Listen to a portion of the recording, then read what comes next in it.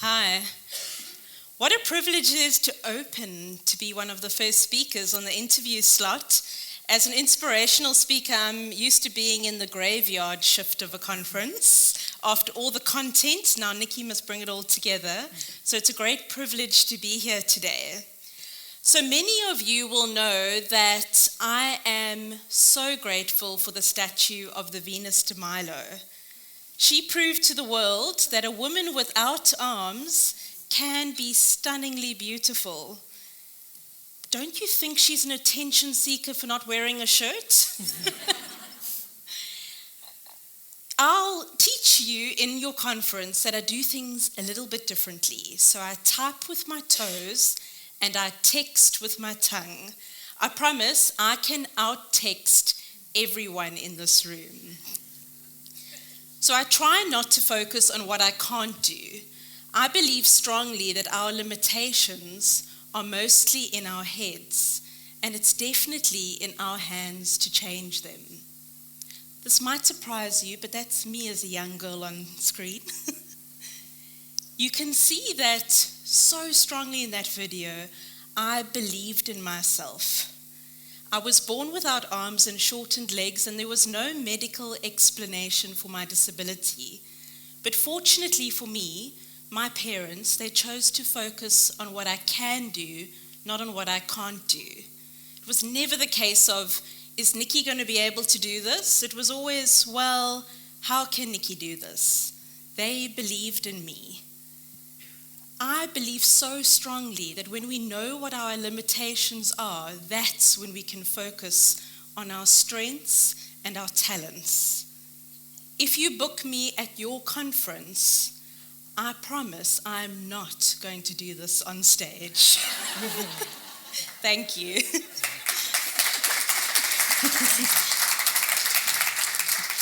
Hello, Nicky, and welcome. It's always so wonderful to listen to your story and to just hear how you've just brought such a normality to the world. So let me ask you the question.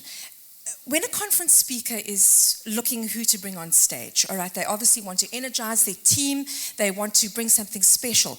What is it that you bring that is just so incredibly special?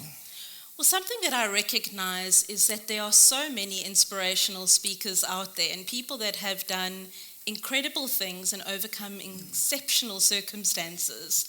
But I think what makes me unique is that I'm a practicing clinical psychologist.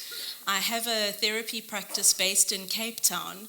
So I always strongly believe that not only do I have just a story to share, but I've also got expertise as a psychologist. I'm working with people one-on-one in making lasting changes in their behaviors, their thoughts, and their emotions. And I love that I get to translate that onto a stage.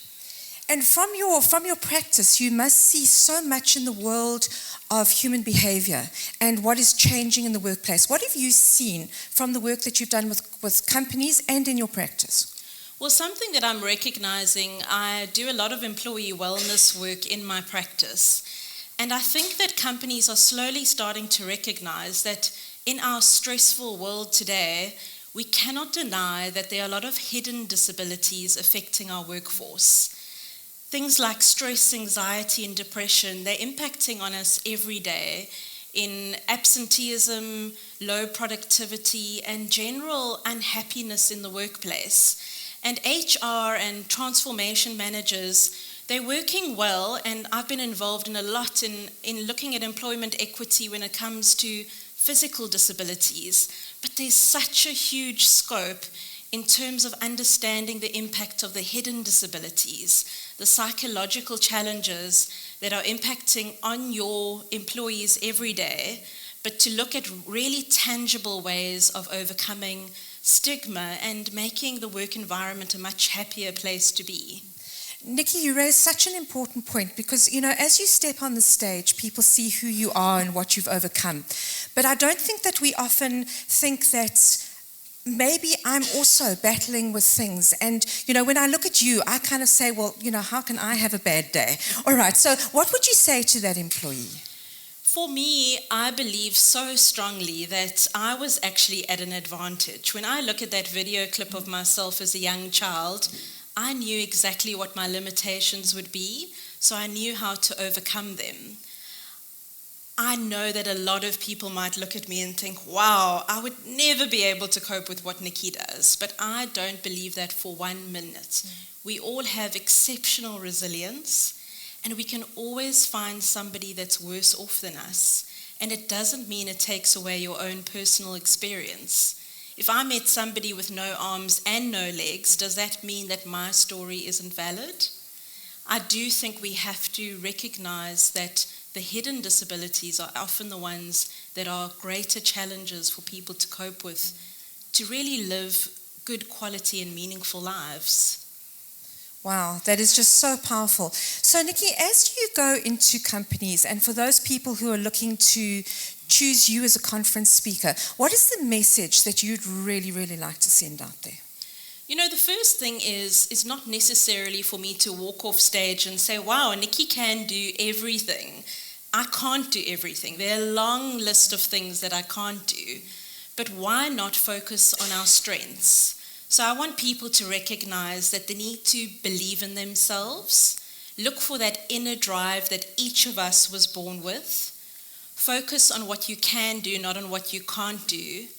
And one of my favorites in terms of working in a therapy practice and on stage, and it's so relevant in South Africa and around the world, is how can we learn to tolerate uncertainty?